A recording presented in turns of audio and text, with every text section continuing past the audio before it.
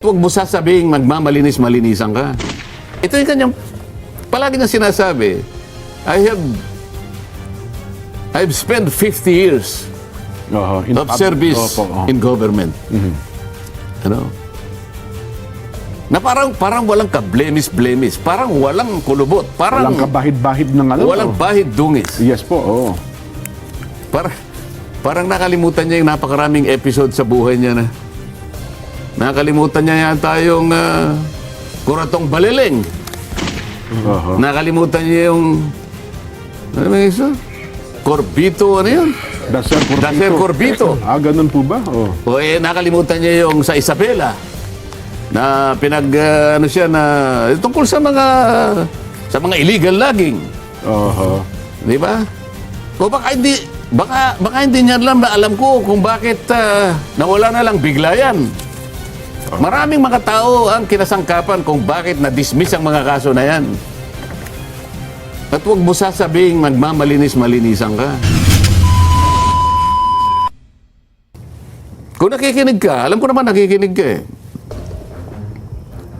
Bibigyan kita sa Lunes kung gusto mo. Pero ito wala pong wala po akong ibig sabihin ka sa aming Senate President. Umunahang kailangan po, lilinawin ko na ito. Sa 22 kasama ko pa sa Senado, kailangan po marinig ninyo to. Wala po akong issue sa kanila. Yes po. Nakikita ko po sa kanila ang paggagalangan sa bawat isa sa amin. Ito po, ipaliliwanag ko sa iyo kung paano. Marami pong beses na hindi po kami nagkakaayon-ayon sa maraming bagay sapagkat maraming pananaw po dito, maraming opinyon. Yes po. Ang Senado po kasi ay tinawag na isang parliamentary institution. Yes. Ito po ay isang deliberative assembly. Dito po talaga tatalakayin, magdidebate po kayo rito. Ngunit walang personalan. Walang personalan po. 24 Republic nga rin yan, Sen, di ba? Ganon. Ngayon, sa 22 kasama ko ron, wala po ako masasabi sa kanila. Kung minsan po, kahit na kaiba yung pananaw, ganon din sila sa akin. Pero pag nakita ko na meron silang pakikiusap, pwede mo bang pirmahan ito, Sen? Yes, kasi ito, pipirma ako. Walang pag-aalinlangan. Pumipirma ako. Alam po nila lahat yun. Ganun po yung pagkagalangan. Kahit na hindi tayo nagkakasundo sa ibang bagay sapagkat ito'y opinion lang at meron tayong sariling pananaw kung paano natin i-approach ang bawat panukalang batas, hindi natin pinapayagan na pag-aaway-awayin natin ang sarili natin sapagkat kapwa tayo naglilingkod sa mamamayan. Yes. Pero si Ping nag-iisa lang siya. Ganito ang kanyang ugali. Palaging ganito. Kagaya na sinabi ko, nakakita na 67. Nakita mo yung tumayo siya. Sabi niya, yung mayor ka ng Candaba. Meron silang ganito. Yung mga anak nila, ganito. Nagporma ng ganito. Ito yung kanilang nakuha, 2.5 billion ng puro ganito. Pagkatapos, hindi naman niya pinatawag. Hindi niya pinatawag. Hindi na imbestigahan. Nag-identify siya ng 11 contractors. Sa kanyang privilege speech. Alam mo yung pag nag-privilege speech dyan, makikita mo, talagang parang kompleto sa Ricardo, sabi nga nila. Opo. Ang maganda yung graphics. Maganda yung Hindi lang graphics. Presentation, Maluluma si Lino Broca rito. Kompleto yung cinematography, merong screenplay. Pati sound effects, Kulang na lang, musical scoring, maniwala ka sa akin. Natatandaan ko sa inyo, sinasabi nyo, BBB yata yun no? Yun nga, mga anak daw nila. Ngayon, ibig ko sabihin, bigla siya magsasalita, ngunit hindi naman niya itutuloy. Hindi niya ipatatawag. Masisira lang yung pangalan. Ganun ang gusto niya palagi. Yung pailalim na atake, pailalim na taktika. Ayun, Bakit niya ako pinasasaringan ngayon? Ako lang kasi ang nagpapaalala sa kanya. Ang gusto ba niya, titigil ako? Ang gusto niya ba, takutin ako? Nagkamali siya Nagkamali siya. Kaya sabi ko, nag-iisa na lang siya Alam mo, sa una kong pagpunta sa Senado, nahalata ko agad na parang takot na takot sa kanya yung mga kasama ko.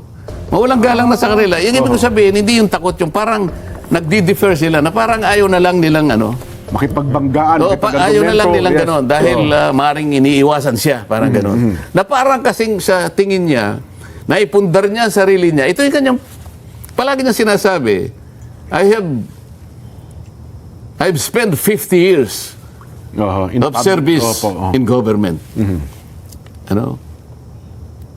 Na parang walang ka-blemis-blemis, parang walang kulubot, parang Walang kabahid-bahid ng ano. walang bahid dungis. Yes po, oo. Parang nakalimutan niya yung napakaraming episode sa buhay niya na. Nakalimutan niya yung sa Isabela na ano siya na tungkol sa mga illegal logging. Oho. Di ba?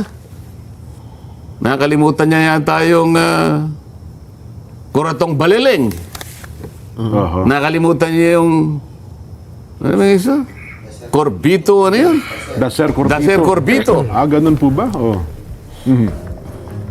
O baka hindi niya alam ko kung bakit nawala na lang bigla yan. Maraming mga tao ang kinasangkapan kung bakit na-dismiss ang mga kaso na yan. At huwag mo sasabing magmamalinis-malinisan ka. Totoo yung sinabi ko na nung hindi ko pa siya kilala, napagkamalan niya akong reporter dyan eh. In-interview ko raw siya. Ganun po. Binasa ko yung transcript nung interview niya eh. Sabi, kasi kanya, in-interview ako niyan.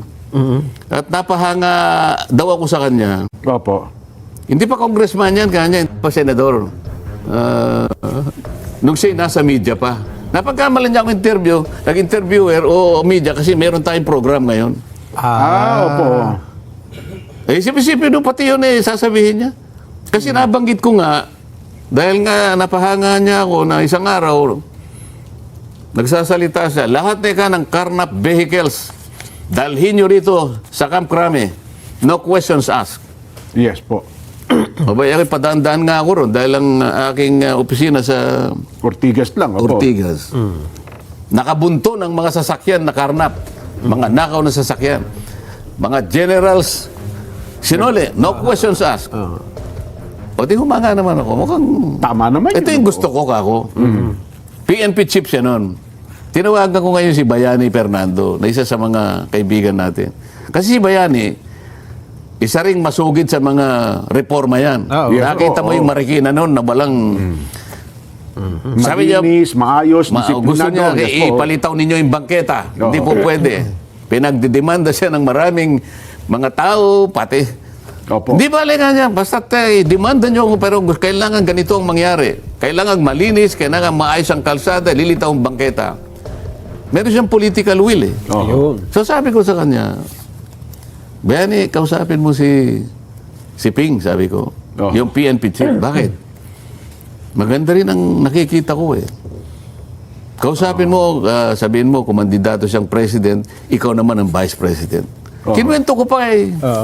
Kay Senate President. Senate President Soto. Eh. Okay. Sayang, namatay na. Sana man lang eh. Opo.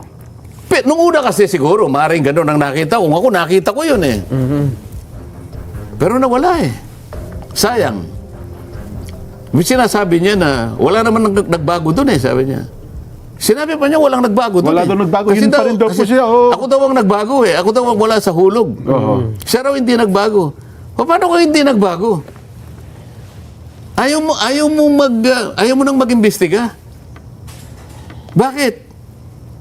Kinuha mo ang posisyon na yon. Ang Blue Ribbon kasi, Jen, ito lamang ang natatanging komite. Binigyan ng kapangyarihan at mandato na mag-usisa ng non-feasance, malfeasance, and misfeasance. Yes po. Wala na sa ibang komite. Kaugnay ng general function na in aid of legislation. Pero ito lang talaga ang kinatatakutan sapagkat ito ang merong mandato na tumingin ng katiwalian, mag-imbestiga kahit sino. Ang napakalaking responsibilidad, Nelson. Yes po, oo. Lalong-lalo na ito ngang napakalaking nakawan na ito. Bakit bigla mong itinigil? Yung flood control scandal, opo. Bakit lumipas ang 9 na buwan? At ngayon, hindi mo alam kung susulong ka o hindi. Ngayon, sinasabi na naman niya, kapag nakakuha na ako ng pirma at saka ako mag-iimbestiga, hindi ako naniniwala. Oho. patibong niya yon, trap niya yon, bait niya yon, pain niya yon, hindi na siya mag-iimbestiga. Dahil nakapirma na ang majority. Oho. Para ganap niya ng mapagtakpan ang gusto niyang pagtakpan. Oh.